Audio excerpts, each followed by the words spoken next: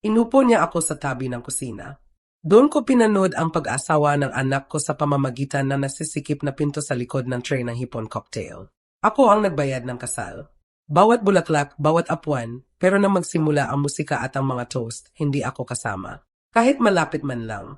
Ngumiti ako, tahimik, at pagkatapos ng huling kagat ng cake, sinunog ko lahat sa lupa sa isang tawag sa telepono. Mag-subscribe kung nakarating sa iyo ang kwentong ito, at sabihin mo saan sa mundo ka nanonood.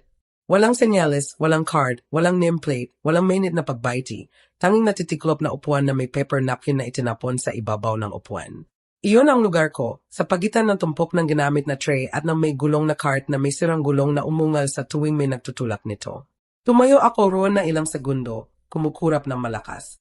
Ang amoy ng marinara ay nakabitin sa hangin, makapal at maasim, nakadikit sa singaw mula sa mga pinto ng kusina.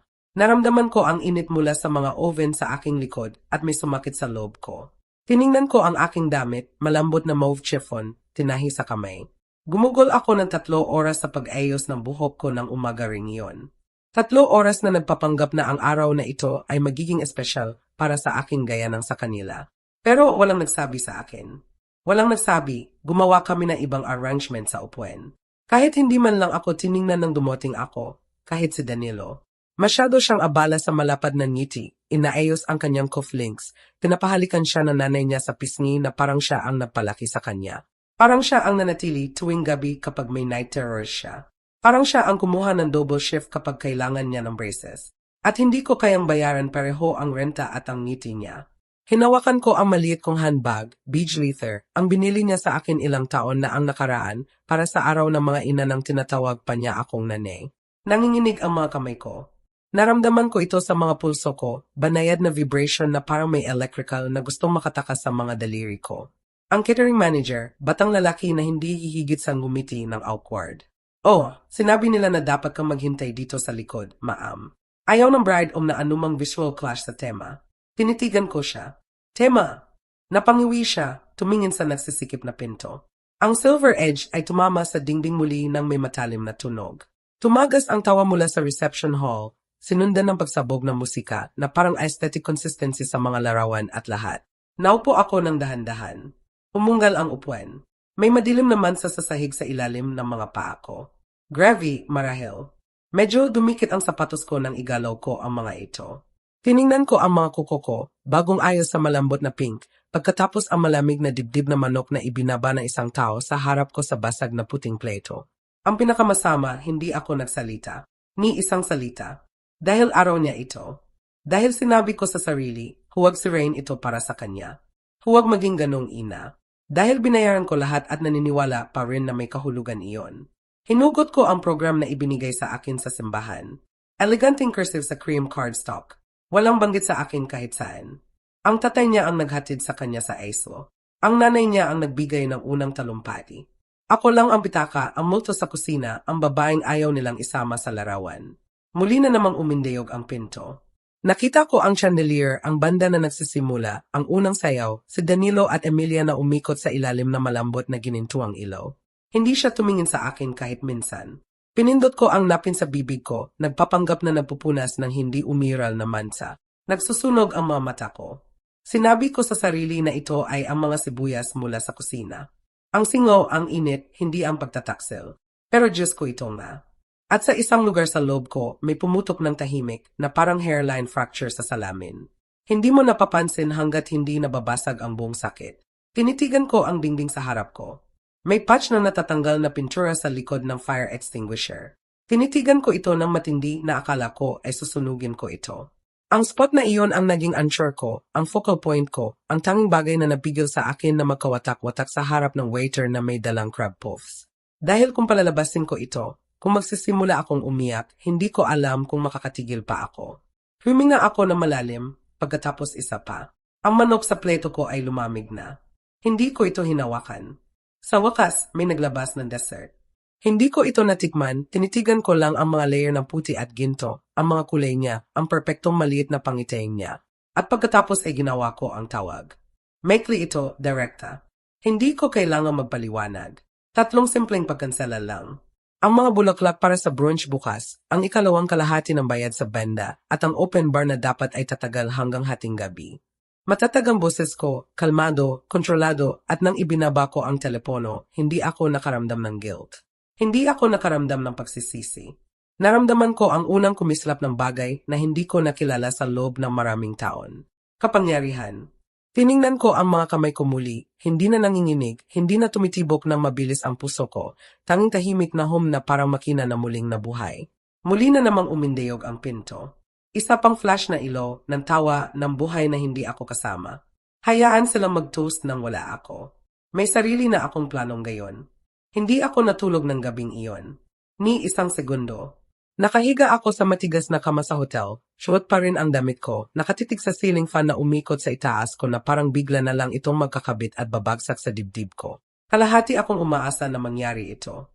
Amoy ko pa rin ang grasa sa kusina sa buhok ko. Ang pabango na mamahaling rosas ay nakihalo sa maasim na amoy ng sarili kong pawis. Kahihiyan na nakadikit sa balat ko na parang pangalawang layer. Sa isang punto, tinanggal ko ang sapatos ko. Namamaga ang mga paa ko. Nasakit sila sa buong reception pero hindi ko pinangahas tanggalin. Kailangan ko magmukhang presentable kahit sa kusina.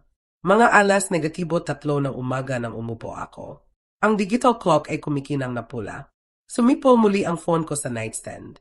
Hindi ko ito tiningnan. Alam ko na ang naroon.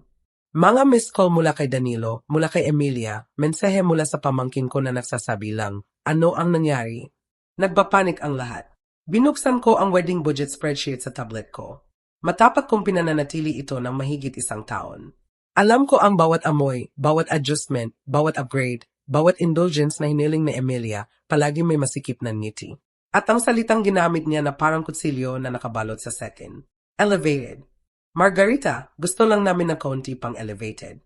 Iyon ang dahilan kung bakit sumang-ayon ako sa hand-calligraphed invitations mula sa ilang boutique Etsy vendor sa Vermont.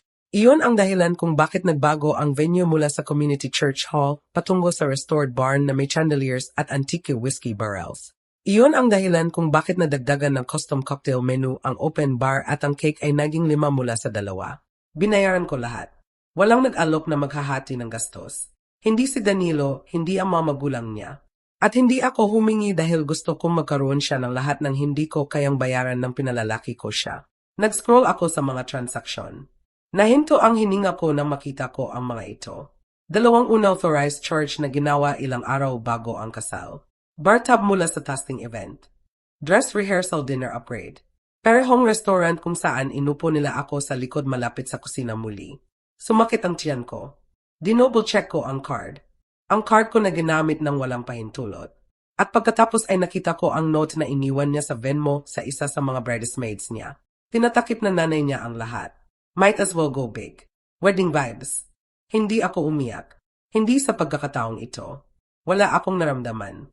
Iyon kakaibang mabigat na wala na dumarating pagkatapos ng sobrang sakit. Parang namanhid ang loob ko. Parang makulubot papasok ang mga nerve endings ko upang protektahan ang sarili. Inabot ko at binuksan ang lampara. Nakakasakit sa mata ang ilaw. Pumunta ako sa salamin sa ibabaw ng dresser. Nagulat ako sa reflection ko. May mascara na smeared sa ilalim ng mga mata ko. Ang malambot na linya ng bibig ko ay naging matigas sa bagay na hindi pamilyar. Flat ang buhok ko, isang side na nakrush mula sa unan. Mukha akong taong tumanda ng 10 taon sa isang gabi. Pero pagkatapos ay may nagbago. Pinatuwid ko ang buhok ko, hinugasan ang mukha ko, umupo sa desk at binuksan ang email ko. Gumawa ako ng 3 mensahe. Isa sa florist. Pakikancel ang delivery sa linggo. Ang balance ng bayad ay withheld. Salamat. Isa sa banda. Dahil sa pagbabago sa schedule ng event, hindi na namin kailangan ang ikalawang performance. Pakituring natapos ang usapan. Isa sa bar vendor. Kami ay nagbabawas ng post-reception services. Pakikancel ang ikalawang shift. Huwag iproseso ang natitirang balance. Lahat ay magalang, lahat ay professional, pero pinaw. Halos madaling araw nang pindutin ko ang send, at nang ang langit sa labas ay nagbago mula itim patungo sa bruised blue, isinara ko ang tablet ko, umupo sa kama, nakikinig sa tahimik na hum ng air conditioning, at sa unang pagkakataon sa loob ng mga buwan, naramdaman kong muli akong sarili. Hindi ako galit, hindi pa. Pero tapos na ako. Tapos na sa pagiging convenient. Tapos na sa pagiging wallet. Tapos na sa pagiging afterthought. Hayaan silang ayusin ito. Hayaan silang magpanik. Hayaan silang alalahanin ang sandali ng huminto ang musika, natuyo ang bar, hindi dumating ang mga bulaklak at magtaka kung bakit. At marahil lang, maalala nila kung sino ang naposible ng kasal na iyon sa unang lugar. Ang babae sa kusina, ang ayaw nilang isama sa mga larawan. Ang musika ay umuga sa dingding na parang malayong tibok ng puso. Naupo ako roon sa natitiklop na upuan na may plato na malamig na horse overs at deck coke mula sa catering cooler at sinubukang huwag makinig, pero hindi ko mapigilan. Bawat tawa, bawat palakpakan, bawat salasalabat na baso, lahat ay nakabalik sa nasisikip na pinto na parang malupit na paalala kung saan ako hindi. Narinig ko ang isang tao na gumagawa ng toast. Lalaki na boses, marahil ang tatay niya o marahil ang best man ni Danilo. Bahagyang lumingon ako, sapat lang upang makita sa siwang ng pinto. Naroon sila, nakahanay sa harap ng katawa-tawang floral arch na binayaran ko kay Dilon. Mga ginintuang upuan, lumulutang na kandila, custom nuancing na nagsasabi, ang hinaharap ay walang hanggan, sa loopy cursive. Nakilala ko ang mga boses kahit hindi ko nakikita ang mga mukha. Ang nanay ni Emilia, Susan, na may signature fake sympathy tone. Diyos ko, Danilo, ikaw ang pinakamatamis na lalaki sa buhay. Swerte na swerte si Emilia. Pagkatapos tawa, palakpakan. Natigilan ako. Naroon, nakaupo sa head table, si Susan, nakabalot sa navy chiffon, puno ng perlas na parang ipinanganak sa lumang pera na hindi naman. 3 beses ko lang siya nakilala bago ang kasal. Hindi kailanman nagtanong tungkol sa buhay ko, hindi kailanman nabasalamat sa mga bayad, hindi man lang nag-alok na mag-ambag ng kahit isang sentimo. Katabi niya, ang tatay ni Emilia, naghahari na parang suburban king. Malakas na tawa. Parehong lalaki na nagsabi sa akin sa rehearsal dinner, talagang hinahanggaan namin ang iyong perseverance. Ang pabalaki kay Danilo na mag-isa at lahat ay siguradong mahirap. Perseverance. Parang umakyat ako ng bundok, hindi nagtrabaho na maraming taon sa Scrubs upang magkaroon ng buhay ang anak ko ng walang hand-me-downs. At naroon si Danilo. Ang Danilo ko, ngumingiti na parang estranghero, nakaupo sa pagitan ng mga magulang niya na parang palagi siyang kabilang sa kanila. Hinanap ko ang sarili kong pamilya. Ang kapatid kong si Carla ay nakaupo 2 row sa likod katabi ng pinsan naming si Gianna. Wala sa kanila ang tumingin sa kusina. Walang tumingin. Hindi ako bahagi ng show. Ako ay problema na nalutas sa pamamagitan na upuan sa likod at pinto na nagsara. May dumaan sa akin, waiter, batang babae, marahil college pa. Tumingin siya sa plato ko at ngumiti, awkward at guilty. Gusto mo ng refill o ano? Umiling ako. Ayos lang ako, pero hindi. Diyos, hindi. Bawat pulgada ko ay sumasakit, paa, balikat, panga na nakakuyom na mahigpit na umuga sa likod ng mga mata ko. Ang puso ko ay mabigat sa dibdib ko, na parang bukol ng bagay na bulok na ayaw gumalaw. Tinitigan ko ang pleto. 3 olibo, hiwa ng brie, malungkot na maliit na triangle ng toast. Hindi ako kumain mula pa noong umaga, pero hindi ko mapilit ang sarili na maglagay ng ano sa bibig ko. Ang tiyan ko ay nakakuyom na kamao, ang lalamunan ko ay makitid na pipe. Naisip ko ang sating chart. Hiniling ko kay Emilia na mahinahon ilang linggo na ang nakaraan. Napagdesisyonan mo na ba kung saan ako upo? Gumiti siya. Masikip, maliwanag. Pinipino pa namin ang lahat. Huwag mag-alala, Margarita. Kasama ka. Dapat alam ko na. Alam ko nga. Sa isang lugar sa loob ko, alam kong pinamamahalaan ako. Inililipat na parang prop. Inimbita para sa checkbook, tinolerate para sa optics, pero hindi kailanman talagang gusto. Ang pinakamasama, sumang-ayon ako sa lahat. Pinayagan ko silang unti-unting alisan ako ng papel ko, isang maliit na konsesyon sa isang pagkakataon. Walang talumpati mula sa akin, walang mother-son dance dahil sinabi nila na magiging awkward. Walang larawan bago ang seremonya, walang banggit sa program, tanging upuan sa kusina. Narinig ko si Danilo na tumatawa muli. Iyon malalim na rumbling law na meron siya noong bata pa nang habulin ko siya sa sprinkler sa aming backyard. Parehong tawa na hindi ko narinig na nakadirekta sa akin sa loob ng maraming taon. Naramdaman ko ang isang bagay na tumaas sa dibdib ko.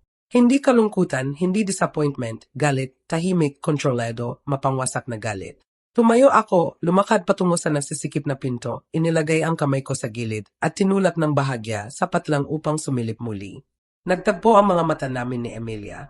Nakita niya ako. Alam niya kung saan ako, alam niya ang ginawa niya at ngumiti siya, hindi nagpapakumbaba, hindi kinakabahan, pero kalmado, may kumpiyansa, na parang natural, na parang eksakto ako kung saan ako nararapat. Bumaling siya pabalik sa mga bridesmaids niya, itinapon ang ulo pabalik at tumawa. Iyon ang sandali ng alam kung hindi ito pagkakamali. Hindi ito oversight. Ito ay sinadya. Pinlano nila ito, pinili ito. Ayaw niya akong naroon. At pinayagan ito ni Danilo. Pareho silang. At bigla na lang may nagbago sa loob ko. Hindi nasira. Hindi sa pagkakataong ito. Repositioned. Nagbago ang lugar ko sa buhay nila. At tapos na akong magpanggap na hindi ko ito nakikita.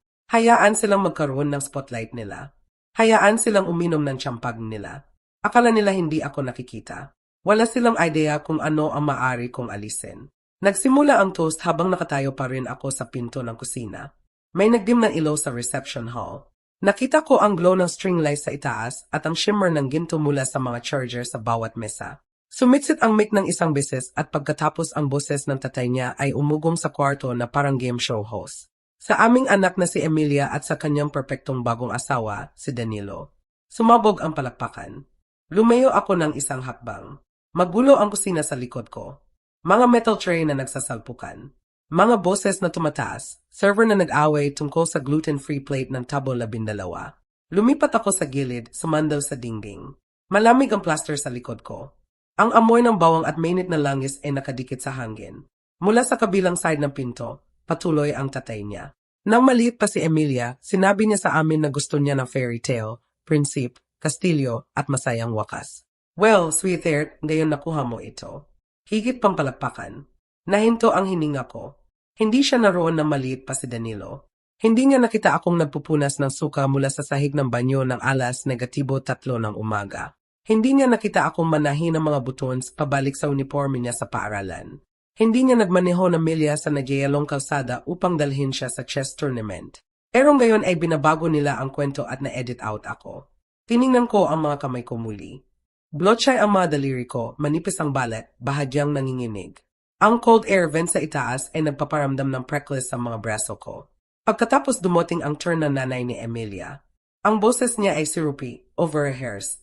Lubos kami nagpapasalamat na makasamang gayon ng napakaraming tao na nagmamahal kina Emilia at Danilo. At upang tanggapin si Danilo sa aming pamilya. Parang pangalawang anak na namin siya. Isa pang palakpakan. Parang pangalawang anak. Ni isang salita tungkol sa akin. Ni isang salita tungkol sa babaeng na palaki sa kanya. Wala. Salamat sa lahat, Margarita. Wala. Pinahalagahan namin ang iyong generosity. Wala. Hindi magiging posible ang araw na ito nang wala siya. Wala. Kinagat ko ang loob ng pisngi ko nang matindi na natikman ko ang dugo. Nanasakit ang mga paa ko, pero tumanggi akong umupo. Pagkatapos dumating ang bahagi na kinatatakutan ko, ang talumpati ng groom. Lumapit si Danilo sa mic. Mukha siyang radiant, matigas na panga, may kumpiyansang stance, tailored suit na tinulungan kong bayaran. Nakita ko siyang kumuha ng unang hininga sa NICU unit. Ngayon ay nakatayo siya roon, glowing, estranghero. Gusto ko lang mabasalamat sa lahat sa pagiging dito, sabi niya. Mas malalim ang boses niya kaysa naalala ko. Polish na parang nag-rehearse siya sa salamin. Swerte na swerte ako. Emilia, ginawa mo akong pinakamasayang lalaki sa buhay. At sa pamilya mo, salamat sa pagtanggap sa akin na parang sarili ninyo. Talagang nararamdaman kong nasa bahay ako sa inyo lahat. Sumara ang lalamunan ko. At sa lahat na tumulong upang mangyari ang araw na ito. Salamat. Ito ang pinaka-incredible na araw ng buhay namin. Hindi kailanman binanggit ang pangalan ko, ni minsan. Binayaran ko ang venue, ang catering, ang photographer, ang EJ, ang linens, ang custom neon sign. Binayaran ko pa ang damit na shot ni Emilia habang nakatayo siya roon na may kamay sa braso niya. At gayunpaman, hindi ako umiral. Nagpalakpakan ang mga server. Hindi ako gumalaw. Muli na namang umikot ang banda. Nagsimula na mapuno ang dance floor. May nagdala sa akin ng slice ng cake sa plastic plate. Tinitigan ko ito. Vanilla na may raspberry filling. Paborito niya. Hindi ko gusto ang raspberry. Hindi kailanman. Tiningnan ko ang manipis na ginintuang tinidor na ibinigay nila sa akin. Matatag na ang kamay ko ngayon. Naalala ko ng 10 anyos si Danilo at humiling ng chocolate cake na may sprinkles. Nagtrabaho ako ng 2 extra shift upang bilhin ang isa mula sa bakery na itinuro niya sa window. Nagliwanag ang mga mata niya nang makita ito. Niyakap niya ako na mahigpit ng araw na iyon. Nawala ang batang iyon. Sa lugar niya, lalaki na hindi man lang naalala na mag-save ng upuan para sa akin. Inilagay ko ang cake sa gilid. Naghintay ako hanggang sa ihain ang huling kagat ng dessert, hanggang sa nagsisimula ng tumayo ang mga tao, nagluluwag ng tea, nagpupunas na ising sa labi, hanggang sa umabot ang musika sa perpektong peak. Pagkatapos ay lumabas ako ng kusina, direkta sa mga server, direkta sa bar, labas sa side door. Malamig at tahimik ang hangin sa labas, ang uri ng katahimikan na umunga sa mga tenga mo. Hinugot ko ang phone ko. 3 tawag, isa sa florist, isa sa banda, isa sa bar manager. Magalang, direkta, walang pangangailangan para sa paliwanag. Sa oras na bumalik ako sa hotel, gumagalaw na ang mga gulong. Cancelled ang brunch bukas. Pulled ang late night music set. Wala na ang ikalawang bartender at cocktail menu. Matagal na akong tahimik. Hayaan silang mag-enjoy sa natitira. Hayaan silang maramdaman ang gap, ang kawalan. Hayaan silang magtanong. Wala akong pakialam kung tawagin nila akong dramatic, petty, ungrateful. Naires na nila ako sa kwento. Ginawa ko lang ay ibalik ang pahina. Amoy rose lotion ang kwarto sa hotel at bagay na bahagyang metallic. Marahil ang stress, marahil ang balet ko. Naupo akong cross-legged sa kama. Ang comforter ay perpekto pa ring nakaayos sa ilalim ko. Hindi pa nahahawakan mula nang mag-check-in ako 2 gabi na ang nakaraan. Hindi ako umiyak ni minsan, pero may nagiging malamig sa loob ko. Hindi frozen. Hindi, ang frozen na bagay ay brittle. Nagsisira sila. Ako ay nagiging matigas, tempered. Hindi pa sumikat ang araw. Inabot ko ang purse ko at hinugot ang phone ko. 6 na missed call, 2 voicemail, 12 ng mensahe. Danilo, nasaan ka? Bakit cancelled ang brunch? Nanay, seryoso, hindi ito nakakatawa. Emilia, hindi ko maintindihan kung ano ang nangyayari. Okay ka ba? Ekisagot. Napaka-childish nito. Humina akong tumawa. Puff lang na hangin sa ilong ko. Childish. Binuksan ko muli ang banking app. Gumalaw ang mga daliri ko na may muscle memory ng taong nagbabalance ng checkbook tuwing linggo sa loob ng 3 dekada. Naroon pa rin ang mga charge, unauthorized, arrogant. Ang bride, ang bago manugang ko, ay nag-self-service sa card ko para sa pre-wedding bar crawl at spede kasama ang bridal party niya. Nakita ko lahat sa itemized receipts. Mga boat ng champagne, manicures, facial masks, brunch para sa 8. Walang nagtanong sa akin. Walang nagsabi man lang sa akin. Ang tiwala na dala ko sa dibdib ko, na parang lumang quilt, mainit, pamilyar, ay nararamdamang ginupit na parang may kumuha ng gunting dito habang natutulog ako. Nag-click ako sa emails ko. May 2 bago, isa mula sa florist. Nabigo kami sa biglaang pagkansela, pero naiintindihan namin. Ayon sa aming kasunduan, walang refund para sa mas mababa sa aming notice. Ayos lang. Ang ikalawang email ay mula sa manager ng banda. Kalahati na kami sa pagsaset up ng dumating ang pagkansela. Napakabihira nito, pero malinaw ang mensahe mo. Iwan naming hindi hinahawakan ang deposit. Ayos din hindi ko ito ginagawa para sa refund. Ito ay para sa akin. Para sa invisible na babae sa upuan sa kusina, para sa ina na Neres mula sa milestone na sariling anak. Gumgroll ang tiyan ko. Hindi ako kumain mula pa noong nakaraang araw. Nakakasuka ang idea ng pagkain. Sa halip, tumayo ako, binuksan ang matigas na kurtina at pinanood ang araw na dumudugo sa langit. Orange, pagkatapos pink, pagkatapos maputlang dilaw na nagpapamukhang hindi totoo ang lahat. At pagkatapos ay naalala ko ang isang bagay. Maliit na pulang file folder na nakatago sa drawer ng dresser ko sa bahay. Lumang paperwork, legal na bagay, mga liham na hindi ko itinapon. Naramdaman kong hinila ako dito, na parang bumubulong ito sa akin sa buong oras. Dahan-dahan kong inimpek ang mga gamit ko, naligo, hinugasan ang pabango at ang resentment, pinatuyo ang buhok ko, nagdamit ng jeans at button-down shirt na amoy pa rin ng bahagya ng lavender detergent. Nag-check out sa hotel ng walang salita. Tahimik ang biyahe pauwi, tanging tunog ng gulong sa asphalt at malambot na static ng radyo na nagpapatugtog ng mga kanta na hindi ko kilala. Ang uri ng biyahe kung saan nagsisimula mong marinig ang sarili mong inisip, malakas at walang filter. Hindi kanya binanggit. Nakita nilang lahat kung saan ka nakaupo. Walang gumawa ng ano. Nang makarating ako sa driveway ko, ang mga rosas na itinaanim ko 2 tag-init na ang nakaraan ay namumukadkad ng lubos. Hindi ako huminto upang hanggaan ang mga ito. Direkta akong pumunta sa kwarto, binuksan ang dresser, hinugot ang pulang folder, umupo sa kama. Sa ibaba ng tumpok, sa ilalim ng lumang insurance papers at ilang larawan na hindi ko tiningnan sa loob ng maraming taon, ay isang liham. Madilaw ang mga gilid ng envelope, postmarked mula sa Arizona, petsa na nakasulat sa sulat kamay ng yumaong asawa ko, ang taon na umalis siya. Naalala ko ang pagkakahanap nito ilang linggo pagkatapos siyang mamatay. Hindi ko ito binuksan noon. Hindi ko kaya. Parang asin sa bukas na sugat na parang pinapayagan siyang magsalita mula sa libingan ng hindi pa ako handa makinig. Pero ngayon, isinuksok ko ang daliri ko sa ilalim ng flap. Manipis ang papel, slanted at pamilyar ang sulat kamay niya. Nagsimula ito ng simple. Margarita, alam kong hindi mo na gustong makarinig mula sa akin, pero kailangan kong sabihin sa iyo ang isang bagay. Naramdaman kong bumilis ang pulso ko. Bahagyang nanginginig ang mga kamay ko. May lihim akong dala at hindi ko ito madadala sa libingan. Karapat-dapat mo ang katotohanan. Si Danilo, hindi siya biologically yours. Nalaman ko ilang taon na ang nakaraan na buntis si Emilia na magsama tayo. Akala ko ay makakapanggap ako na akin siya, pero hindi. At hindi namin kailanman sinabi sa'yo. Huminto ako sa pagbabasa. Umikot ang kwarto ng isang segundo, pagkatapos ay tumigil. Binasa ko ang natitira. Mga paumanhin, mga dahilan, mga pagsisisi, mga salita na walang kahulugan ngayon. Si Danilo, ang Danilo ko, ay produkto ng isang affair. Anak ng ibang babae na iniwan sa pintuan ko na parang test na hindi ko alam na sinusubukan ko. At pumasa ako. Diyos tulungan ako. Pumasa ako. Bawat gasgas na tuhod, bawat kwentong pantulog, bawat night shift na kinuha ko upang bilhin siya ng sneakers at class photos. Pumasa ako na may flame colors. At gayunpaman narito ako, itinapon, pinalitan, na-erase. Pero ngayon ay may bagong clarity ako, katotohanan na matalas na sapat upang putulin ang mga taon ng katahimikan. At tapos na akong dumugo. Hindi ako umiyak.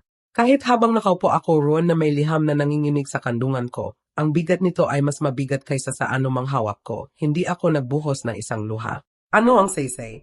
Ang mga luha ay nagtayo ng pagkabata ni Danilo. Ang mga luha ay nagbayad ng sapatos niya, gamot sa asthma, unang kotse niya. Pinuno nila ang unan ko pagkatapos umalis ng tatay niya at muli nang lumakad siya sa high school stage, hindi man lang lumingon upang kumawi. Sa akin sa crowd. Naubos ko na ang mga luha ko ilang taon na ang nakaraan. Ang mayroon akong ngayon ay ibang bagay. Hindi kalungkutan, hindi heartbreak, clarity. Lumakad ako sa kusina at nabuhos ng tasa ng cup. Itim, malakas. Naupo ako sa tabi ng bintana at pinanood ang sprinkler ng kapitbahay na tik, tik, tik sa damuhan. Normal na linggo ng umaga ito, pero hindi na ako ang babaeng nagbayad para sa fairy tale na ibang tao at nakatanggap na natitiklop na upuan sa likod ng punch bowl bilang kapalit. Hindi na ako ang babaeng lulunukin ito. Hindi ito. Binuksan ko ang phone ko at nagsimula sa florist. Kalmado ang boses ko, magalang. Nagpasalamat ako sa kanilang pangunawa. Kinumpirma muli na hindi na kailangan ang arrangement sa linggo. Hindi ko ipinaliwanag. Hindi ko sila utang iyan. Ang banda ang susunod. Parehong tono, parehong katahimikan tungkol sa dahilan. Pagkatapos ang bar service. Ito si Margarita Langley. Tama iyan. Tumatawag ako upang kanselahin ang cocktail reception para sa post-wedding brunch. Walang issue. Pagbabago lang ng isip. Salamat. Click. 3 tawag, 3 hiwa. Maari kong iwan ito roon, pero hindi dahil alam ko kung ano ang darating. Pinatay ko ang phone ko, binuhay muli pagkatapos ng 5 minuto. 38 unread messages, 3 voicemail. Si Danilo muli. Nanay, nasaan ka? Hindi dumating ang banda. Ano ba ang nangyayari? Nanay ni Emilia. Hindi ko alam kung ano ang nangyayari, pero napaka-unprofessional nito. May mga nagtatanong. Pagkatapos si Emilia mismo. Margarita, seryoso. Dahil ba ito sa nainis ka sa upuan? Petty lang iyan. May vision kami. Huwag sirain ito. Petty. Umalingongaw ang salita na parang insulto, na parang branding Aaron. At gayunpaman, nang isinara ko ang mga mata ko, nakita ko lang siya na nakangisi sa kabilang reception hall. Alam kung saan ako, alam ang ginawa niya, alam na hindi ako makakalaban hanggang ngayon. Pinatay ko muli ang phone. Hayaan silang mag-spiral. Hayaan ang mga tanong na magbunton. Hayaan silang mapagtanto na natuyo ang bar dahil ako ang balon. Na huminto ang musika dahil binayaan ko ang huling nota. Na hindi dumating ang mga bulaklak dahil bulok ang mga ugat. Nilinis ko ang kusina, pinunasan ang mga counter, pinakain ang pusa. Ito ang pinakamaraming kapayapaan na naramdaman ko sa loob ng mga buwan. Mga tanghali, tumunog ang doorbell. Hindi ko sinagot. Hayaan silang kumatok. Hayaan silang maupo sa init ng sarili nilang discomfort. Nang gabing iyon, nagpost ako ng isang larawan sa Facebook. Hindi ng kasal, hindi ko. Larawan lang ng check na sinulat ko. Blurred out ang account number, nakikita ang lagda, walang caption, walang paliwanag, tanging iyan, katotohanan na hindi nila may kakaila. Resibo na sakripisyo. At pagkatapos ay nag-log off ako. Hindi lang mula sa Facebook, mula sa guilt, mula sa katahimikan, mula sa pagpapanggap na hindi ito pagtataksil. Hindi ko kailangan ang kanilang paliwanag, kanilang spin, kanilang justifications. Hayaan silang maupo sa wreckage. Hindi ko sila ililigtas dito. Ang katahimikan ay unang senyales na nagpapanik sila. Wala ng mensahe, wala ng tawag, tanging kakaibang stretching kit na parang ayan ng bagyo na dumadaan direkta sa ibabaw ng bahay ko. Naramdaman ko ito, ang tension, ang paghihintay. Hindi nila alam kung ano ang susunod kong gagawin. Hindi ko rin alam, pero ito ay magiging akin. Lunes na umaga, nag-brew ako ng cup at umupo sa bintana muli. Walang make-up, walang hikaw, tanging ako at ang araw at ang home ng fridge sa background. Hindi na tumawag si Danilo mula pa kahapon. Ang huling voicemail ay maikli, matigas, defensive. Talagang gumawa ka ng sin, nanay. Pinag-usapan ng lahat. Pinahiya mo kami. Hindi ko alam kung ano ang sinusubukan mong patunayan, pero lumampas ka sa linya. Hindi man lang ako napakurap ng marinig ito. Dahil na ito ang katotohanan. Walang gustong sabihin na malakas. Maaari kang magbigay ng lahat sa isang tao. Ang oras mo, pera mo, pagmamahal mo, at gayunpaman disposable ka pa rin. Maaari mong itayo ang buong mundo nila at gayunpaman sasabihin na hindi ka bahagi ng aesthetic. Hindi na ako nasurpresa sa pagdataksil. Ang nakasurpresa sa akin ay kung gaano kaliit ang pakialam kung ngayon na tumigil na ako sa pagmamakaawa para sa approval nila. Nang umagang iyon, dinelete ko ang contact niya mula sa phone ko. Ang pangalan lang. Nanatili ang numero. Hindi ko kailangang kalimutan siya. Gusto ko lang na hindi na lumiwanag ang pangalan niya sa screen ko na parang nararapat pa rin itong naroon. Mga tanghali, lumabas ako. Grocery store, post office, maliliit na gawain. Nagpatuloy ang buhay. At sa bakery aislo ng lahat ng lugar, nakita ko si Gianna, pinsan ko, na lumipad para sa kasal. Ngumiti siya na makita niya ako, pero may hesitation sa likod nito. Margarita. Hey, tumango ako. Lumapit siya, binaba ang boses. Okay ka ba? Tiningnan ko ang mga mata niya. Okay ka ba? Tanong ko, pinapanood akong nakaupo roon sa likod. Namula siya.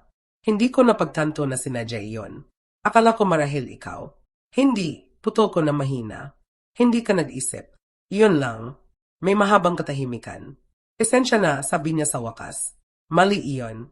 Dapat may sinabi ako, tumango ako ng isang beses. Salamat.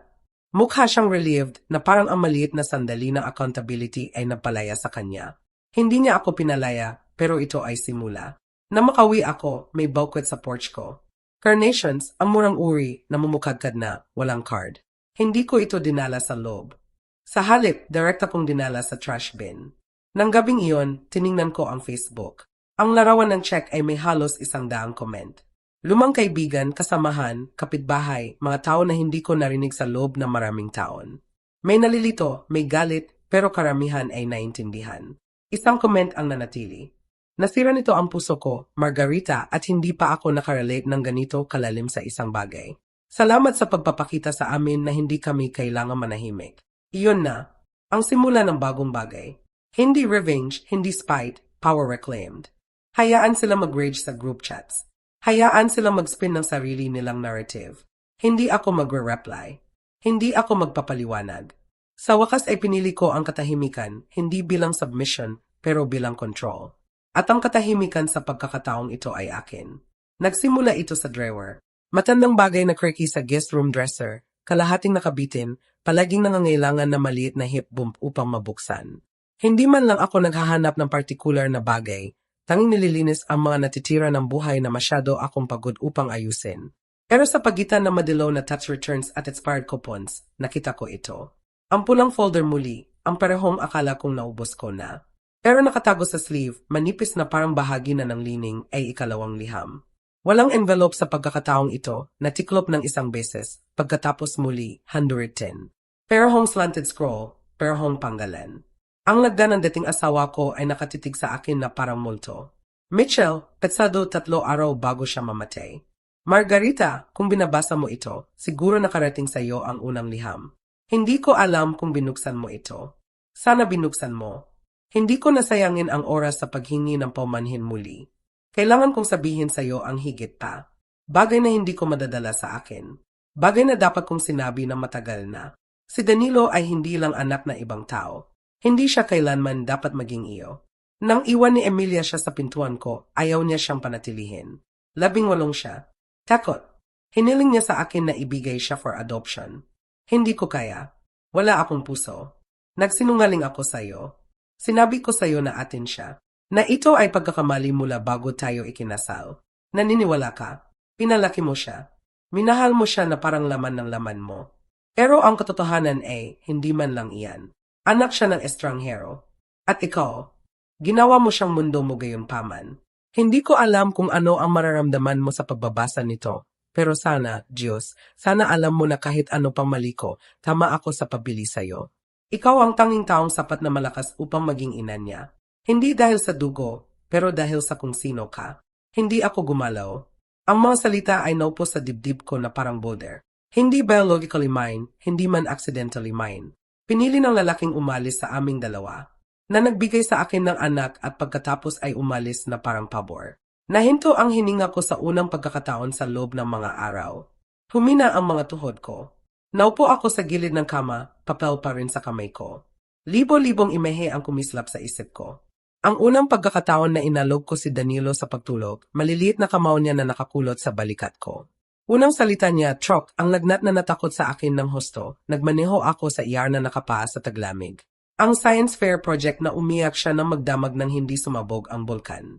Unang tunay na heartbreak niya. Tawa niya nang malaman niyang nakapasok siya sa college. Bawat sandali na akala ko ay etin. Itinayo ko ang buhay ko sa paligid ng batang ito. Hinubog ko ang identity ko sa pagiging ina niya. At ngayon ay kailangan kong tanggapin ang bagay na walang babaeng dapat kailanganin. Hindi niya talaga ako nakita ng ganoon. Minahal niya ang ibinigay ko. Hindi kung sino ako. Hindi talaga. Kung ginawa niya, hindi niya kailanman pinayagan siyang ilagay ako sa kusinang iyon. Hindi siya mananahimik. Hindi niya pinayagan silang burahin ako. Inilagay ko ang liham sa kama, pinatag ito sa palad ko. Hindi na ito parang pagtataksil. Parang kalayaan ito. Sa loob ng 62 taon, nabuhay ako ng bersyon na sarili ko na umiral lang sa serbisyo sa iba. Asawa, ina, provider, multo. Pero ngayon na may katotohanan na nakatitig sa akin sa tinta na kupas na sa edad, nakita ko ang bagong bagay. May kapangyarihan ako na hindi ko man lang napagtanto dahil minahal ko ng lubusan ang isang taong hindi kailanman akin. At hindi ko iyon pinigilan. Dahil pinili kong manatili ng tumakbo ang iba. Dahil gumawa ako ng pamilya kahit hindi nakasulat sa dugo. At maaari akong pumili muli. Simulang gayon, iniwan ko ang liham na bukas sa mesa sa kusina. Hindi ko itinago. Hindi ko ikalayan. Hayaan itong maupuron ng plain at visible na parang katotohanan na hindi ko na kailangang protektahan mula sa sarili ko. Gumalaw ako sa bahay na parang unang pagkakataon kong nakikita ito. Ang beige walls, ang kupas na larawan ng high school graduation ni Danilo, ang densa door frame ng ibangga niya ang bike niya nang sinusubukan niyang sumakay sa loob. Gumingiti ako noon sa dent na iyon. Ngayon ay tinitigan ko lang ito. Ang bahay na iyon ay musyo ng mga sakripisyo. Ang lahat ng paraan na burado ko ang sarili ko upang panatilihin siyang buo, ang kupas na armchair na pinag-alagan ko siya. Ang sewing kit na ginamit ko upang tahiin ang pantalon niya. Ang pantry na puno pa rin ng paborito niyang cereal. Honey bunches of oats. Kahit hindi ko na ito gusto ilang taon na ang nakaraan, tumama ito sa akin ng sabay-sabay. Hindi ko alam kung ano ang paborito kong cereal. Hindi ko alam ang huling libro na binasa ko na hindi parenting guide o bagay mula sa required reading list ng hospital. Hindi ko naalala ang huling pagkakataon na gumastos ako ng pera sa bagay na para lang sa akin. Nabuhay ako ng matagal sa pagiging ina niya. Nakalimutan ko kung paano maging babae, tao. Nagbuhos ako ng baso ng tubig at umupo sa couch. Nagbago ang katahimikan sa bahay. Hindi ito parang malungkot. Parang tapat ito. Sumipol ang phone ko sa side table. Si Danilo muli. Mahabang mensahe sa pagkakataong ito. Iba ang tono. Hindi ko alam kung ano ang nangyari. Nag-isip ako tungkol sa lahat. Sinabi ni Emilia na hindi niya sinasadyang saktan ka. Esensya na kung naramdaman mong excluded. Kung naramdaman ko hindi dahil excluded mo ako, hindi dahil iniwan mo ako. Kung naramdaman ko, ito pa rin ay tungkol sa perception niya, comfort niya, distansya niya mula sa blame. Hindi ako sumagot. Sa halip, hinawakan ko ang remote at binuksan ang tea. Pinuno ng home ng cooking show ang kwarto, kalmado, steady. Lumipat ang mga mata ko sa liham muli. Hindi siya akin. Hindi biologically, hindi legally, pero ako ang kanya hanggang sa ginawa niyang malinaw na hindi na ako bahagi ng pamilya na binubuo niya. Ang sakit sa loob ko ay hindi na para sa kanya. Ito ay para sa bersyon ng sarili ko na inabandona ko upang palakihin ang isang taong hindi man lang lumingon upang magtanong, "Okay ka ba, nanay?" Lahat ng taon na iyon, lahat ng birthday na ginawa kong espesyal. Lahat ng Christmas morning na nanatili akong gising pagkatapos na hating gabi na nagbabalot ng dollar store gifts sa perfectong bows. Lahat ng yugosit, ako ang maghuhugas ng plate kin of days na hindi ko kailanman nakuha dahil walang nag-alok. Ako ang background music niya, safety net niya, reliable silence niya. Pero hindi na. Nang gabing iyon ay tinanggal ko ang bawat frame photo namin sa dingding, hindi dahil sa galit, hindi dahil sa spite, dahil oras na upang tumigil sa pamumuhay sa shrine sa bersyon ng pagiging ina na nangangailangan na mawala ako. Maingat kong inilagay sa bots ang mga ito, bimbalot ang salamin sa lumang tuwalya, nilagyan ng label ang bots. Memories, hindi obligations. Nagluto ako ng hapunan para lang sa akin. Recipe na nakita ko sa travel show. Lemon butter pasta na may roasted cherry tomatoes at bawang. Walang chicken nuggets, walang side ng mac and cheese, tanging gusto ko. Nagdilaw ako ng kandila habang kumakain. Nagbatugtog ng soft jazz. Inayos ang mesa para sa isa. Tahimik ito, pero hindi walang laman. Ito ang tunog ng pagbawi ng bagay na hindi ko napagtanto na nawala ko ang sarili ko. Nagsimula ang invitation list sa katahimikan. Walang glitter pens, walang gold foil, tanging line jello notepad at tunog ng panulat ko na nagsusulat dito. Isinulat ko ang mga pangalan isa-isa. Hindi mga tao na kailangan kong imbitahan, mga tao na gusto ko. Claire, matandang kaibigan ko mula sa ER na lihim na nagdadala ng cup sa locker ko kapag double ako. G. Henderson, kapitbahay ko na palaging nag-snowblow ng driveway ko bago pa ako makalabas. Dinamula sa bookstore na binibisita ko tuwing linggo, na palaging nagtatanong tungkol sa linggo ko at talagang nakikinig. Nurse Janet na nanatili ng huli sa sarili niyang birthday upang tulungan akong mag-cover ng shift. Walang nagbabahagi ng dugo ko, pero bawat isa sa kanila ay nagparamdam sa akin na nakikita sa paraan na hindi kailanman ginawa ng sarili kong anak. At iyon ang bagong tema. Mga tao na nakakakita sa akin. Hindi ito kasal, hindi holiday, tanging hapunan sa bahay ko na may pagkain ko sa mesa ko. Walang natitiklop na upuan, walang likod na kusina. Gumugol ako ng susunod na ilang araw sa paghahanda ng lahat. Hindi dahil kailangan kong impress ang sinuman, pero dahil gusto ko. Sa unang pagkakataon sa loob ng maraming taon, hindi ako naghahanda ng bagay para sa kwento ng ibang tao. Hindi ito tungkol kay Danilo. Hindi ito tungkol sa redemption. Hindi ito tungkol sa pagpapatunay ng ano. Ito ay tungkol sa paggawa ng space para sa joy para sa akin. Pumunta ako sa market at pinili ang mga sangkap mismo. Fresh basil, bawang, heirloom tomatoes. Ni isang frozen appetizer tray ang nakikita. Binili ko pa ang bagong tablecloth, asul na may sunflowers. Nagpaalala ito sa akin ng bagay na magugustuhan ko ng 20 anyos ako bago magsimula ang mga shoots na magbunton na parang break sa paligid ng buhay ko. Sa umaga ng hapunan, maagang nagising ako at nagpatugtog ng musika habang nagluluto. Van Morrison, Stevie Nicks, Norah Jones. Amoy bawang at olive oil at lemon zest ang bahay ko, na parang init, na parang effort, na parang tahanan. Dumating ang unang bisita bago pa mag-negatibo 6. Si Claire na may boat ng red at malaking ngiti. Mukha kang amazing, Magi. Buhok na malambot, gray sa temples, pero maluwag at may kumpiyansa. Linen blouse na nagpapalamig sa balat ko. Walang spans, walang mascara tears na naghihintay mangyari. Tanging ako. Dumating sila pagkatapos noon. 6 na bisita. Tawa sa pinto. Mga yakap na tumagal ng higit sa kailangan. Wine na ibinubuhos ng walang paghingi ng pahintulot. Kumain kami sa mesa na dating ginagamit ko para sa pagtitiklop ng labada at pagtulong kay Danilo sa math homework. Ngayon ay puno ito ng pagbabasa ng mga bowl, nagsasalpukan na tinidor, napkin na pinupuna sa bibig sa gitna ng tawa. Tumawa rin ako. Talagang tumawa. May nagbanggit na masamang unang date. May isa pang umamin sa pagnanakaw ng panulat sa bangko tuwing linggo dahil sa spite. At sa isang lugar sa pagitan ng dessert at seconds, tumama ito sa akin. Ito ang pamilya. Hindi itinalaga ng dugo, pero pinili, sinadya, authentically. Hindi ako nakaramdam ng forgotten. Hindi ako nakaramdam ng managed. Hindi ako nakaramdam ng maliit. Nakaramdam akong present. Patungo sa wakas ng gabi, habang nakaupo kami sa ilalim ng string lights na isinabit ko sa back porch, itinaas ni Claire ang baso. Kay Margarita, sabi niya, para sa uri ng babae na nagpapaalala sa amin na hindi huli ang lahat upang kunin ang upuan mo sa ulo ng sarili mong mesa. Nagplink ang lahat ng baso. Humina akong tumawa at sineryoso ko ang bawat salita nang itinaas ko ang baso ko at sabihin sa wakas ay nakikita. Dumating ang pagkatapos lang ng tanghali. Hindi malakas, hindi urgent, pero steady na parang alam niyang naroon ako at hindi aalis hanggang buksan ko ang pinto. Nakatayo ako sa hallway na nakapaa, pinapanood ang silhouette niya sa frosted glass. Si Danilo, 1 linggo na mula sa kasal. 7 araw ng katahimikan mula sa akin. 7 araw ng pag-unravel para sa kanya. Dahan-dahan kong binuksan ang pinto. Mukha siyang pareho, pero hindi talaga. Nawala ang sweat. Gayon din ang glow. Suot niya ang gusot na shirt, dark circles sa ilalim ng mga mata niya.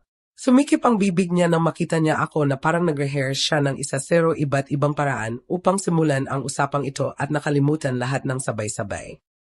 Nanay. Hindi ko ito sinabi pabalik. Lumayo ako, pinapasok siya. Nag-atubili siya, pagkatapos ay lumakad sa akin. Malinis ang bahay, tahimik. Sumisikat ang sikat ng araw sa sahig ng living room. Sa manto, nawala ang mga larawan. Bawat huli sa kanya. Napansin niya. Lumipat ang mga mata niya sa walang laman na spaces. Nasaan ang mga larawan? Binabaliwala ko ang tanong. Maupo ka, sabi ko. Kalmado, flat. Sumunod siya, lumubog sa armchair sa tapat ko. Sa mahabang sandali, wala sa amin ang nagsalita. Sa wakas, huminga siya, pinasadahan ng kamay ang buhok niya. Hindi ako pumunta rito upang makipag-away. Tumango ako. Mabuti. Gusto ko lang siya ay umiling. Hindi ko maintindihan kung ano ang nangyari. 1 minuto ayos lang ang lahat at sa susunod ay kinakansela mo ang mga bagay. Nagpo-post ng check sa Facebook. Nakakasakit iyan. Hindi siya nagtanong kung ano ang nararamdaman ko.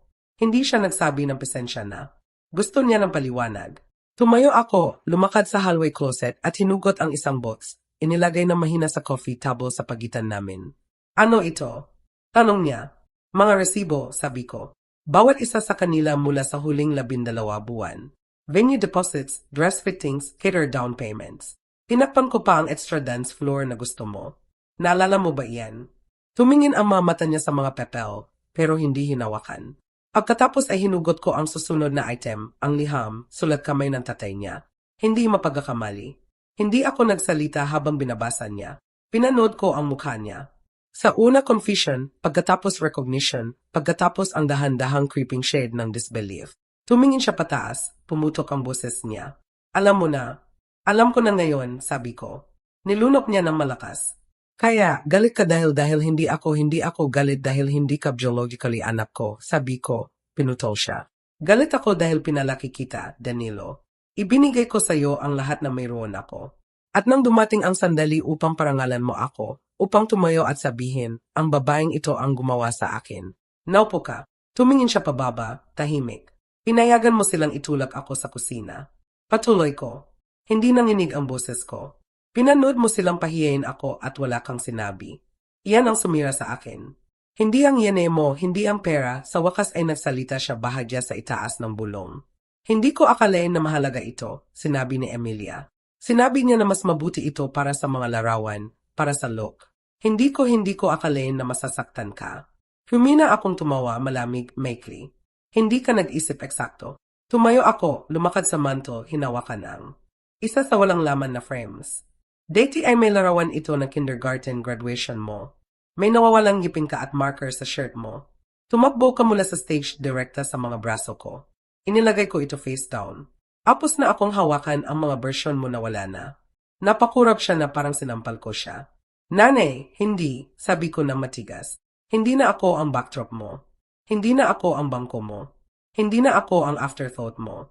Tumingin siya sa sahig, nakakuyom ang panga niya. Dahan-dahan siyang tumango. Pasensya na, bulong niya. Napakaliit. Napakahuli. Hinawakan ko ang boots, isinara ang takip, inabot sa kanya. Ito na ang iyong gayon. Kunin mo. Bawat resibo, bawat record, bawat paalala ng pinili mong baliwalain. Nagatubili siya, pagkatapos ay kinuha ang boots at inihatid ko siya sa pinto. Nag-pause siya sa threshold, tumingin pabalik sa akin na parang naghahanap ng crack, lambot, senyales na maaari mabuksan muli ang pinto mamaya, pero hindi.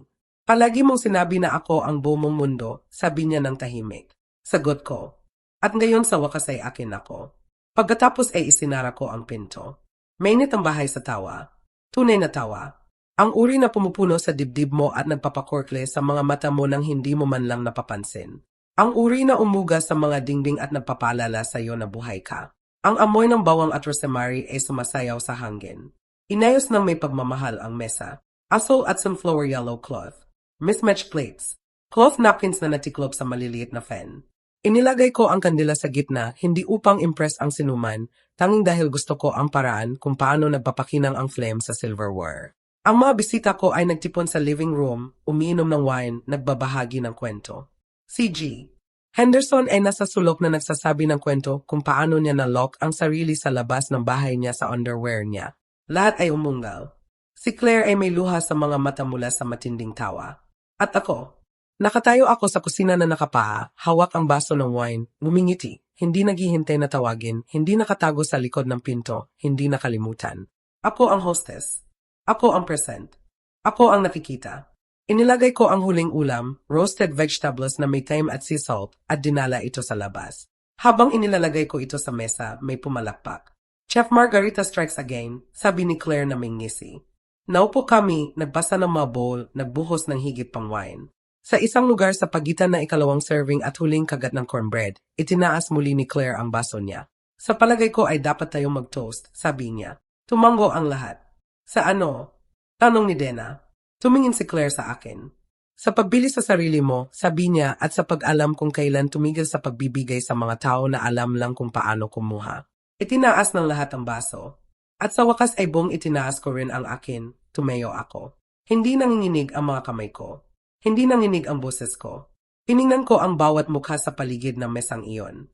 Mga tao na hindi nakatali sa akin sa obligation o dugo, pero sa pagpili, sa pagmamahal, sa respeto. At sabi ko, sa mga ina na nanahimik na matagal, sa mga babae na nagbigay ng lahat at sinabing hindi pa rin sapat. Sa mga hiniling na maupo sa kusina pagkatapos itayo ang buong bahay. Ito ay para sa atin. Huwag na tayo maupo muli, maliban kung sa ulo ng sarili nating mesa. Nag-clink ang mga baso, may sumigaw at naupo ako.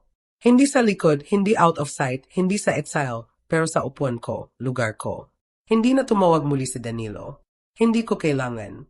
Naroon na ang mga taong mahalaga. Sa susunod na umaga, nagising ako sa awit ng ibon at ilaw na dumadaloy sa bintana ko. Walang pagsisisi, walang tight na sa dibdib ko, tanging kapayapaan. Nag-brew ako ng cup, umupo sa porch na may robe na bahagyang lumulutang sa simoy. Tiningnan ko ang harden ko, mga rosas na namumukadkad ng ligaw at maliwanag. Ngayon, ang buhay ko ay tahimik na musika na ako lang ang nakakarinig. Tuwing umaga, nagigising ako sa tunog ng mga ibon sa labas ng bintana ko, hindi na sa bigat ng telepono na puno ng mensahe mula sa kanila. Ang cup ko ay mainit, itim at eksakto sa paraang gusto ko. Walang gatas, walang asukal, walang kompromiso. Nagtanim ako ng bagong halaman sa harden. Mga sunflower, mataas at maliwanag na sumusunod sa araw na para may sariling desisyon. Tuwing hapon, umupo ako sa porch na may libro sa kamay, hindi parenting guide, hindi medical journal, tanging nobela na may kwentong hindi ko kailangang ayusin. Ang mga pahina ay amoy bagong tinta at kalayaan. Hindi na ako nag-check ng Facebook. Hindi na ako naghihintay ng tawag. Ang mga kaibigan ko, sila Claire, Dena, Janet, G. Henderson, ay dumadalaw tuwing gustuhin nila. May dalang wine, may dalang kwento, may dalang tawa na hindi kailangang ipaliwanag. Ang mesa ko ay lagi may espesyo para sa kanila. Walang folding chair, walang likod na kusina. At dito nagtatapos ang kwento ni Margarita, hindi sa luha, hindi sa pagsisisi, kundi sa kapayapaan na pinili niya para sa sarili niya. Isang kwento ng pagkabuhay muli, ng pagbawi ng sariling upuan, at ng katotohanan na ang pagmamahal ay hindi obligasyon na walang hanggan. Ano ang natutunan mo sa kwento ni Margarita hanggang ngayon? Sa comment section sa ibaba ng video na ito, sabihin mo ang isang bagay na natutunan mo at gagawin mo na sa iyong buhay, maging ito ay ang pagtatakda ng hangganan, ang pagpili sa sarili, o ang pag-alam kung kailan sasabihin ang hindi na. If you like this video, please leave your comment below and don't forget to like, share, and subscribe to our YouTube channel. Salamat sa panonood. Hanggang sa susunod na kwento.